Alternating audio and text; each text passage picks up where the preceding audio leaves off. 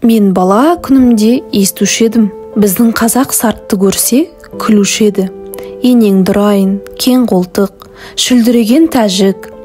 Арқадан үй төбесіне саламын деп қамыс артқан, бұтадан қорыққан. Көз көргенде әке-үкі десіп, шығып кетсе қызын боқтасқан. Сарт-сұрт деген осы деп. Ноғайды көрсе, оны да боқтап күлуші еді. Түйеден қорыққан ноғай, атқа мінсе шаршап, жаяу жүрсе демін алады. Ноғай дегенше ноқай десеңші, түккен ғай келмейді. Солдат ноғай, қашқын ноғай, башалшық ноғай деп орысқа да күлуші еді. Ауылды көрсе шапқан, жаман сасыр бас орыс деп.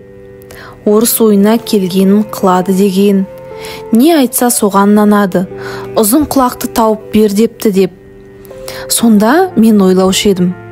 Ей, Құдай-ай, бізден басқа халықтың бәрі антұрған, жаман келеді екен. Ең тәуір халық біз екенбіз деп. Әлгі айтылмыш сөздерді бір үлкен қызық көріп, қуанып күлуші едім. Енді қарап тұрсам, сарттың екпеген егіні жоқ, шығармаған жемісі жоқ, саудагерінің жүрмеген жері жоқ, қылмаған шеберлігі жоқ. Өзімен өзі әуре болып, бірімен бірі ешбір шаһар жауласпайды. Орысқа қарамай тұрғанда қазақтың өлісінің ахиреттігін, тірісінің киімін сол жеткізіп тұрды. Әке балаға қимайтұғын малыңды кірелеп сол айдап кетіп тұрды ғой. Орысқа қараған соңда орыстың өнерлерін бізден олар көп үйреніп кетті. Үлкен байлар да, үлкен молдалар да, ептілік, қырмызылық, сыпайылық бәр соларда. Ноғайға қарасам, солдаттыққа да шыдайды, кедейлікке де шыдайды, қазаға да шыдайды, молда, медресе сақтап, дін күтуге де шыдайды.